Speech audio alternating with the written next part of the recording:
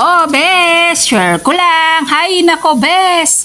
Naumay na ako, puro bilo-bilo at binignig ang nakikita ko sa wall ko dito sa Meta, bes. At para maiba naman tayo, dito muna tayo sa simpleng tupo na pangpulutan pero ile-level up natin yan mga bes. So paano nga ba gawin? Kailangan hiwain mo yung tupo na parang cubes and then ipiprito mo siya. Then mag-chop ka ng bawang, then kumuha ka ng buttercup, ibap na maliit, and then dalawa na itlog maalat. Oo, bes, nakikita mo bakit may itlog maalat? Panoorin mo muna kasi, bes, para makita mo kung paano natin i-level up ang tofu. So, ang una, alisin mo muna yung laman ng itlog maalat na parang ganyan.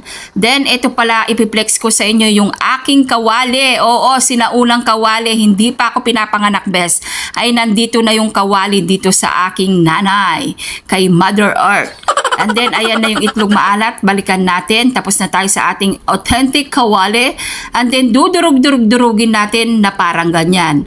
Na parang yung ex mo. Dinurog ka pagkatapos kang iwan. Char! Oh, sindihan mo na ang kalambes. Huwag ka nang maraming churbat.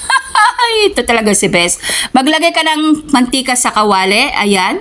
And then, maglagay ka ng butter. Oo, Bes. May butter yan. Kailangan may butter talaga. Oo naman, Bes. Then, maglagay ka ng chop na bawang. Ayan, maraming bawang. Masyadong gasterol si Ate Bes. Ayan, then, hahalu-haluin mo na parang ganyan. Para mag-golden brown yung ating bawang. Then, ilalagay na natin yung ibap. Yan, ihahalo mo dyan. Pagkatapos mong ilagay yung ibap, bes, hahalu-haluin mo yan na parang ganyan para mag-combine yung lasa ng bawang and then yung ibap. Siyempre, lagyan mo ng tubig yung ibap para hindi sayang. Ganon. At pagkatapos, mag-add ka ng dahon ng sili. Oo, bes, kailangan talaga yung dahon ng sili dyan para masarap at merong siyang green leaf para masustansya siya, bes. Para hindi naman puro yobab. And then, ilagay na natin yung dinurog na egg.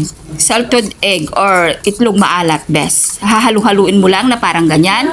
Dapat yung apoy mo, bes, ay naka-low heat lang. And then, syempre, ihulog mo na yung pinirito mo kanina na tofu or tokwa.